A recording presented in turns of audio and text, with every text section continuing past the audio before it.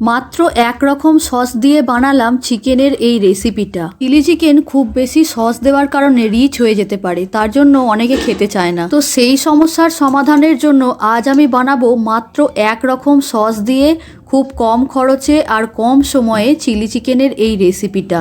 এই রেসিপিটা খেতে এতটা দারুণ লাগে, তোমরা না বানালে সত্যি বিশ্বাস করবে না। এটা ফ্রাইড রাইসই বলো অথবা চাউমিনই বলো, সব কিছুর সাথে কিন্তু দারুণ যায়। তাহলে চলো এই রেসিপির জন্য কি কি উপকরণ লাগে দেখে নেওয়া যাক।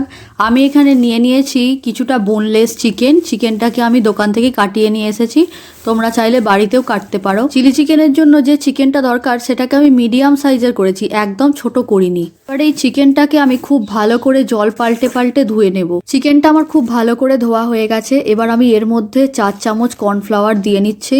তোমরা যদি চাও আরও একটু কর্নফ্লাওয়ার ইউজ করতে পারো, যদি ডিম দেওয়ার পর দেখো যে কর্নফ্লাওয়ারটা একটু কম হয়েছে। এবার আমি দিয়ে দিচ্ছি এর মধ্যে কয়েকটা কুচানো কাঁচা লঙ্কা, ঝালটা তোমরা অবশ্যই বুঝে দেবে। আর দিয়ে দিচ্ছি গোলমরিচ গুঁড়ো। গোলমরিচ গুঁড়ো দেওয়ার কারণে একটু ঝাল হয়।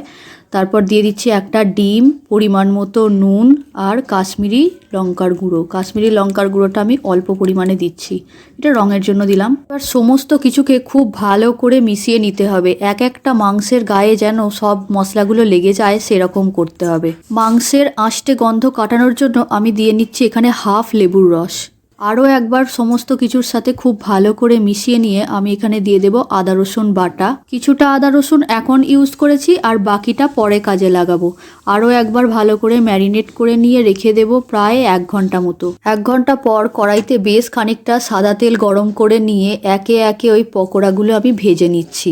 1 ঘন্টা রেখে দেওয়ার কারণে মাংসের মধ্যে নুন মশলা সমস্ত কিছুই খুব ভালো করে ঢুকে যাবে, তবে পকোড়াগুলো খেতে ভালো লাগবে। মা ঠাকুমাইদের কাছ থেকে শুনেছি ম্যারিনেট করে রাখলে নাকি অর্ধেক রান্না হয়ে যায়, তাই আমিও ম্যারিনেট করে নিয়েছিলাম। দেখো আমার পকোড়ার এক পিঠটা ভাজা হয়ে গেছে, আর এক পিঠটাকে আমি উল্টে পাল্টে ভেজে নেব। এটাকে অন্য একটি পাত্রে তুলে রেখে বাকি পকোড়াগুলোও একে একে আমি ভেজে নিচ্ছি। আর হ্যাঁ, একটা কথা, তোমরা যদি লেবুর রসের পরিবর্তে ভিনিগারটা ইউজ করো সেখানে সেটা হলেও চলবে, তবে আমি এখানে যেহেতু কম খরচে করছি সেই জন্য আমি লেবুর রসটা ইউজ করেছি। তার কারণে আমার পকোড়াগুলো সব কটাই কিন্তু মুচমুচে হবে। যদি তোমরা ডিমটা না দাও তাহলে কিন্তু এই মুচমুচে ভাবটা আসবে না। এবার দ্বিতীয় ব্যাচের পকোড়াটাও আমার এক পিঠটা ভাজা হয়ে গেছে, আর এক পিঠটা আমি উল্টে দিচ্ছি। যদি এটাকে পকোড়া হিসেবে খেতে চাও তাহলে আরও কিছু গুঁড়ো মশলা অ্যাড করে তারপর ভাজতে পারো। সমস্ত পকোড়াকে আমি কিন্তু হালকা লাল করে ভেজে নিয়েছি, খুব বেশি লাল করিনি। এবার আমি সমস্ত পকোড়াকে একটি পাত্রে তুলে রেখে দেব। এবার ওই কড়াইয়ের মধ্যে আরও কিছুটা সাদা তেল দিয়ে তার মধ্যে রসুন দিয়ে দেব। রসুনটাকে একটু ভেজে নিয়ে দিয়ে দেব পেঁয়াজ আর ক্যাপসিকাম কুচি। একটা পেঁয়াজকে 4 ভাগ করে আমি ছাড়িয়ে নিয়েছিলাম এইভাবে। পেঁয়াজ ক্যাপসিকাম খুব ভালো করে ভেজে নিতে হবে যতক্ষণ না পেঁয়াজটা লাল হয়। এবার এর মধ্যে দিয়ে দেব একটা বড় সাইজের টমেটো কুচি, দিয়ে দিলাম সামান্য পরিমাণে নুন, আর একটু ভেজে নিয়ে দিয়ে দিলাম আদা বাটা। সমস্ত কিছু হালকা সিদ্ধ হয়ে সফট হয়ে এলে এর মধ্যে আমি দিয়ে দেব বেশ অনেকটা পরিমাণে টমেটোর সস।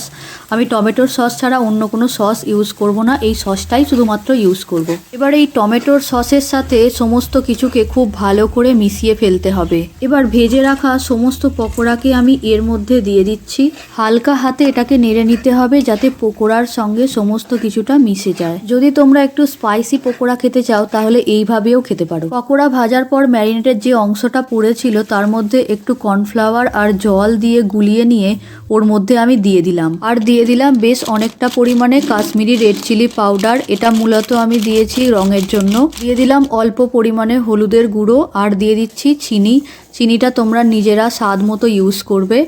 আর দিয়ে দিচ্ছি নুন পরিমাণ মতো। এবার ঝোল ফুটে উঠলে আমি এখানে দিয়ে দেব বেশ অনেকটা পরিমাণে গোলমরিচের গুঁড়ো। গোলমরিচের গুঁড়োটা এখানে বেশি পরিমাণে দিতে লাগবে।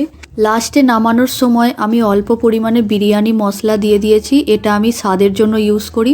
আর দিয়ে দিলাম কিছুটা পরিমাণে ধনেপাতা কুচি। পাতার সাথে একটু নেড়ে নিলেই আমাদের রেডি গ্রেভি চিলি চিকেন। আজকের এই গ্রেভি চিলি চিকেনের সহজ রেসিপিটা তোমাদের কেমন লেগেছে অবশ্যই কমেন্ট করে জানাবে, আর ভালো লাগলে লাইক কমেন্ট শেয়ার করে দেবে। বাড়িতে যদি কোনো প্রকার সস না থাকে শুধুমাত্র টমেটোর সস দিয়েই কিন্তু এই রেসিপিটা বানানো যায়। বাড়িতে কোনো গেস্ট বা অতিথি এলে তাদের তাদেরকেও কিন্তু ফ্রাইড রাইসের সাথে এটা সার্ভ করতে পারো, দারুণ লাগবে খেতে। নিত্য নতুন এরকম রেসিপি পেতে আমাকে ফলো করে পাশে থেকো। তাহলে আজকের মতো এটুকুই, দেখা হবে পরবর্তী ভিডিওতে অন্য একটা রেসিপি নিয়ে। ধন্যবাদ।